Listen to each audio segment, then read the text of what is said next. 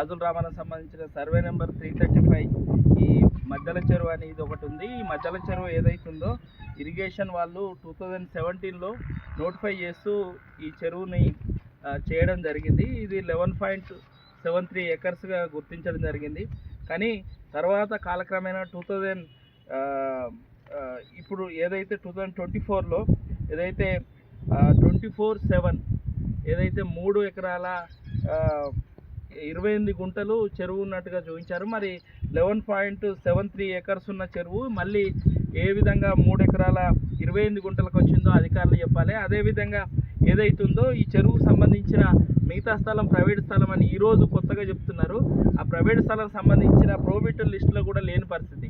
మరి పైన 00 govt land అని ఏదైతే SRO దగ్గర పెట్టిళ్ళు, అదేవిధంగా ధర్నీలో కూడా అయితే 335 సంబంధించిన సర్వే నెంబర్ 3.28 ఎకర్స్గా చూపించు మిగతా భూమిని ప్రోబిటర్లో పెట్టాలి కదా. చెరువుకు సంబంధించిన ప్రైవేట్ భూమి అయినా కూడా ఈరోజు ప్రోబిటర్ జాబితాలో ఉండాలి.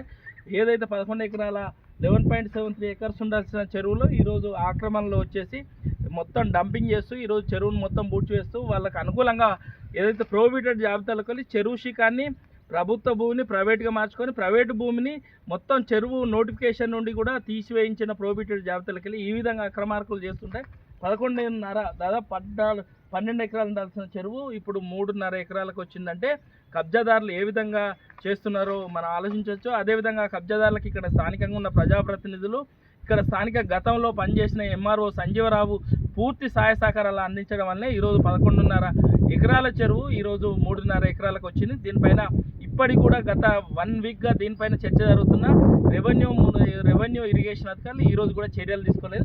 మీరే చూడండి, 11.5 ఎకరాలు ఉండాల్సిన చెరువు 3.5 ఎకరాలకు వచ్చింది.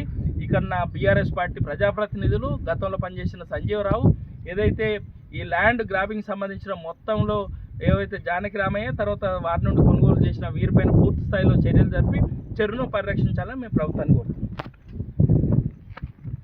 అందరికీ హాయ్, నేను మీ నిర్పమ్ని. Please subscribe to KV9 news. Like చేయండి, షేర్ చేయండి, మా మిత్రుల్ని ఆశీర్వదించండి. Thank you.